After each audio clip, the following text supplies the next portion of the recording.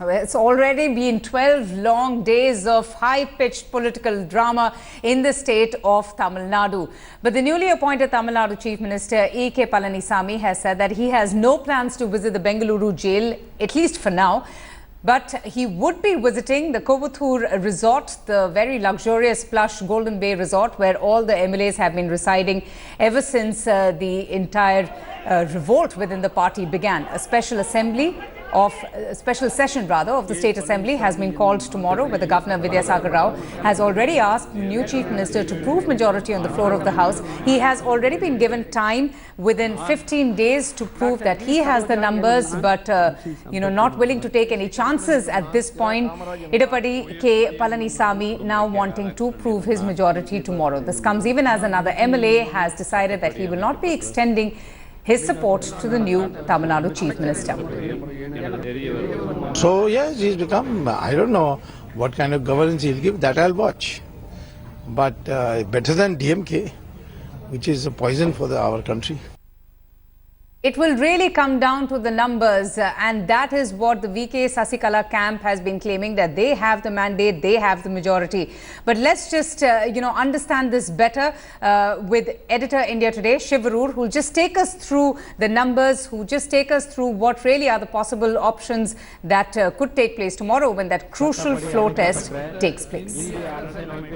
With another MLA from the Sasikala Palanisamy camp now jumping ship, the numbers for Camp Sasikala have begun to dwindle and they're very close now to the danger mark. 118 is the mark below which we're talking about a possible hung assembly. 24 hours before that floor test, it is looking pretty precarious. 123 MLAs is only 5 numbers above 118. We're talking about the O. Paneerselvam camp. They're still dreaming of possible power. They're still dreaming of the possibility of, demonstrating that they have the numbers. But the numbers don't speak for them just yet. Just 12, which is significantly lower than the 118 mark that they need to demonstrate in order to wield power in the Tamil Nadu Assembly. So for the moment, 123, one more MLA has jumped ship from the Sasikala camp, R. Nataraj of the Mylapore constituency, who said that there is no way he will be voting in favor of the Palanisamy administration. And therefore, a small booster for O. Paneerselvam, but 123, still a big number, still above the 118 mark. Everything is going to depend on what happens in the next 24 hours before that floor test. In fact, more developments from the state of Tamil Nadu. The AIADMK OPS camp loyalist, Mr. Madhusudanan, has said that TTV Dinakaran has been expelled from the party's primary membership. Madhusudanan, in fact, was named in the list of 20 AIADMK leaders, including O. Paneerselvam, who had been sacked by VK Sasikala, or Chinnamma, as she is popularly known. So that was the latest bit of information that had come about just a short while back. But I'm going to go straight across now to editor India Today, Padmaja Joshi, who's really been taking us through all the minute-by-minute details from Chennai. Padmaja, the sacking spree continues. The continuing slugfest between these rival factions within the AIADMK doesn't seem to end just as yet.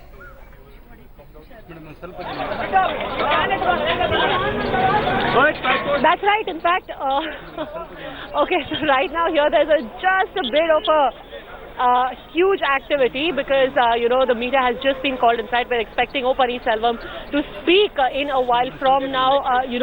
There is a buzz that they might be going to meet the speaker. A few of their supporting MLAs have left a while ago. And right now we're expecting to hear from O. Paneerselvam. Along what lines, we are not quite sure. All right, that being said, yes, this very curious turn of events, it just keeps developing, Avantika. It's almost impossible to keep track of it because remember, Madhusudanan was the chief of the presidium. He had been removed from the post by Shashikala, who had subsequently been appointed as the general secretary, which was challenged by the OPS camp, which has now gone on to sack Shashikala and 2 of her appointees from the party. So it's a bizarre merry-go-round, and we can expect it to continue into tomorrow. In fact, most people here are now even whispering about what will happen on the floor test itself. You can expect quite a few surprises in the next few hours. Already we've had one MLA pledging his support to the O. Paneerselvam camp, saying that he is. You have Natarajan, who was a former police official, a senior police official in fact, saying that I am going to listen to my heart and I am going to vote against E. Palanisamy. That has already happened. Tomorrow, it won't be as if there'll be a mass exodus, but at least a few surprises could be in store for us and for the EPS camp. But even those who are dead against him concede that, be that as it may, he will eventually manage to scrape through because he has a huge number of MLAs for now on his side. Absolutely. Padmaja, just stay with me. I would also like to introduce our other reporters, Akshaya and Shalini, who are also keeping a very close track on these very fast-paced political developments in the state. But Padmaja, tell me something. Wasn't K.A. Sengotian replaced or rather put, and replaced Madhusudanan when he was sacked? Then how is it that Mr. Madhusudanan can remove TTV Dinakaran as the Deputy General Secretary? Shouldn't Mr. Sengotian be doing the same if he is the Presidium Chairman?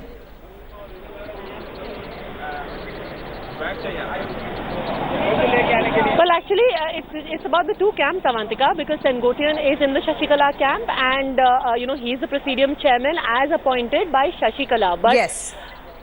And this is what the convoluted logic I was talking about. So, okay, just to simplify this, if we could, because I think it's impossible for any human being to possibly simplify what's going on. Two camps, OPS, Shashikala. OPS had Madhusudanan crossing over to their side. He was the Presidium Chairman.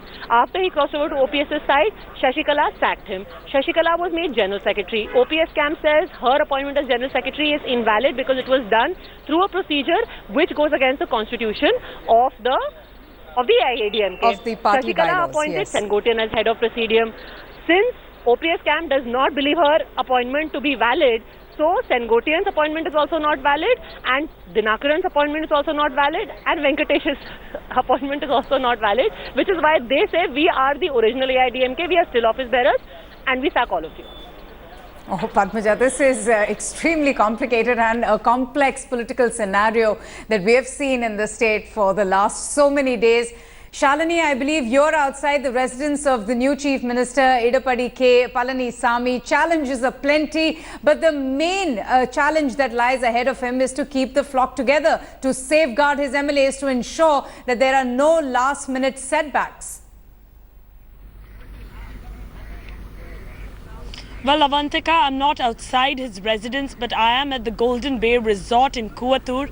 And yes, the Chief Minister is expected here to keep his flock together. All his MLAs, his 123 MLAs inside the resort here in Kuatur. You have just a while back, you had many of them come out and address the media. And surprisingly, all of them, you don't know whether it's a pretense, you don't know whether they're doing it under duress or whether it's out of their own will, come out, address the media, say that we still support E. Palanisamy. We will pledge our support to him in the House tomorrow. We did see one MLA, Natarajan of Mylapore, shift camp today. He jumped over to OPS saying, I'll follow my heart. And we don't know how many more are in there who will do the same thing over the next 24 hours. Ultimately, we'll see that tomorrow at 11 a.m. That's when that point in time when we'll know what exactly is happening in this most bizarre political storm in Tamil Nadu. Avantika. Absolutely, Shalini. And we, of course, will keep coming back to you as you track all the movements outside the famous Golden Bay Resort where all of these MLAs have been, residing for the last few days. DMK leader, meanwhile, Kanimori has said that in no uncertain terms, the AIADMK poses absolutely no threat to the DMK's return to power in the state, and that Tamil Nadu in fact is suffering in the process of forming a new government. So the DMK making most of the uncertainty, using this opportunity to garner support from the people of Tamil Nadu. The DMK reasserting that it will have no truck with either faction of the AIADMK.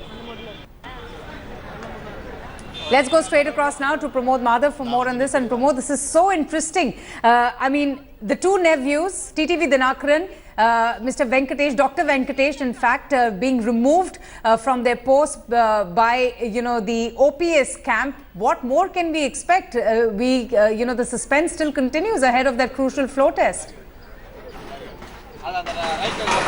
Well, Avantika, I got to tell you that right now I'm in front of OPS House, O Pannirselvam, the current MLA. He's not any longer the Chief Minister. And what is happening here is that the things have settled down. You don't see much commotion or people like the OPS fans or anybody over here. There are people inside. He's still meeting the people over there. And as you asked about the DMK, it's very interesting because only today morning, MK Stalin gave a piece of advice to the new Chief Minister, Edappadi Palaniswamy. He sincerely asked him not to smile at any of the DMK members because earlier Sashikala has said that she found out that OPS will betray because he smiled along with MK Stalin. That is how serious they are taking the situation right now. Anyway, they are also holding a 4 p.m. meeting for the MLAs. Every 89 MLAs of DMK are going to come over here to Chennai and they are going to have a special meeting where they will discuss a matter, what should be done tomorrow. We are also hearing that DMK is going to take a very crucial step that is still in the process as well. And coming back to Madhusudanan, evicting Dr. Venkatesh, DTV Dinakaran and especially Sashikala. He has mentioned that Sashikala earlier in a letter has seriously mentioned that she will not enter politics. She apologized to his Amma Purichi Talavi, what he calls her Jayalalitha. And then he's also stated like after all this, she's also having cases on her name. And that is the reason she is removed from the party. And any decision taken by her becomes null and void, Avantika. You know, one can't even imagine, Pramod, the complex political situation arising from the state of Tamil Nadu while sitting here in, the national capital. But we want to just show our reporters once again, Padmaja and Shalini, Akshaya, Anoop and Pramod, who will be tracking minute-by-minute details, updating our viewers with the very latest, just ahead of that very important and crucial floor test that has to be taken because the new Chief Minister doesn't certainly want to waste any time and stake claim to the top post. And promise to bring back Amma's reign. Let's go straight across to our correspondents Akshaya and Anoop Kumar, who are now joining us on the broadcast. Akshaya, coming to you. You know, the interim chief minister has made all these grand gestures and undoubtedly he's a change reform man post that meditation. But in reality, how much can he do? What more can he do to ensure that, VK Sasikala is not in power or any of her family members, in fact, continues to remain in the party? Well, Avantika, we've already seen that O Pannirselvam's camp has already moved all the cards in their hand. They've already gone to the election commissioner. They've now removed Sashikala, TTV Dinakaran and also Dr. Venkatesan, all the three members of the same family, and stating that former Chief Minister J. Jayalalitha was never keen on having them in the party and she was the one who had removed them also. And now O Pannirselvam and his list of ministers are now trying to cash in on the factor that most of the MLAs are still stuck at Kovattur and many of them are unlawfully kept there, and this is the only platform through which they're trying to fight, and also stating the fact that they are the dream party, they are the dream leadership that was there proposed by Chief Minister J. Jayalalitha herself. So quoting the fact that twice before former Chief Minister J. Jayalalitha had chosen O Pannirselvam, they're saying that it is O Pannirselvam who can lead forward the state. A lot of ground level support is growing for O Pannirselvam. Many people are coming and making their visit there. In fact, for the last couple of days, our stay outside O Pannirselvam's residence has only proved the fact that he is having a lot of ground level support. But what about the MLAs? Will the numbers move towards him, or will there be a hung assembly, or will Edappadi Palaniswamy go ahead as the Chief Minister? Those are questions that we'll have to wait and watch. But it's one thing that was very clear, that there are people who are shifting their tides, who are moving towards O Pannirselvam's camp, including Natarajan, who is an MLA of the Mylapore constituency, Avantika. Absolutely. And Anoop, you're outside Mr. O Pannirselvam's residence. Do you see a lot of activity? Do you see a lot of sympathizers outside his residence? Because he has vowed revenge. He has promised to remove Sasikala's family from the party. The big question is, will he succeed?